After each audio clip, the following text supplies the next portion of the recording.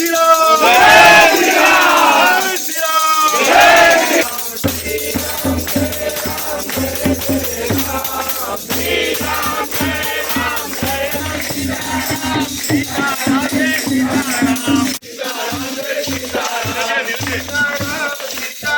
જોઈ રહ્યા છો તસવીરોમાં વહેલી સવારે કડકડતી ઠંડીમાં લઘુત્તમ તાપમાન 11 ડિગ્રી સેલ્સિયસ અને આ તાપમાનમાં રામધૂન બોલાવતા આ રામ ભક્તો.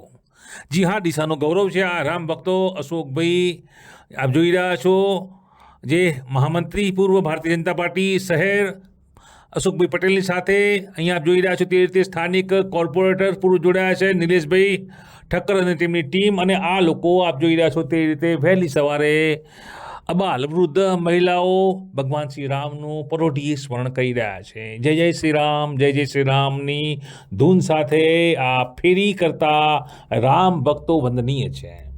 ત્યારે રામમય માહોલ બન્યો છે 22મી જાન્યુઆરી અયોધ્યામાં, જ્યારે રામની પ્રાણ પ્રતિષ્ઠા મહોત્સવ થઈ રહ્યો છે.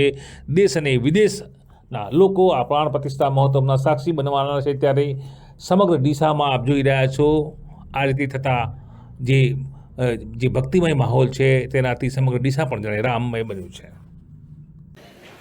જય શ્રી રામ.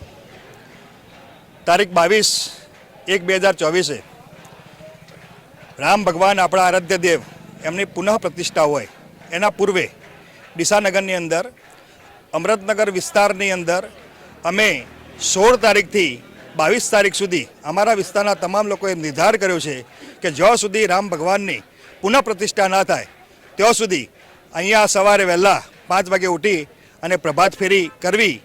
એના ભાગરૂપે અમે સવારે લગભગ 50 જેટલા બહેનો અને ભાઈઓ અને બાળકો અમે સવારે ઉઠી અને પ્રભાત ફેરી કરીએ છીએ. અને અમારા એરિયાની અંદર એ પ્રભાત ફેરી ફરે છે અને લોકોમાં નવી જાગૃતતા આવે અને રામ ભગવાન પ્રત્યેનો પ્રેમ પેદા થાય એ હેતુથી અમે પ્રભાત ફેરી કરીએ છીએ.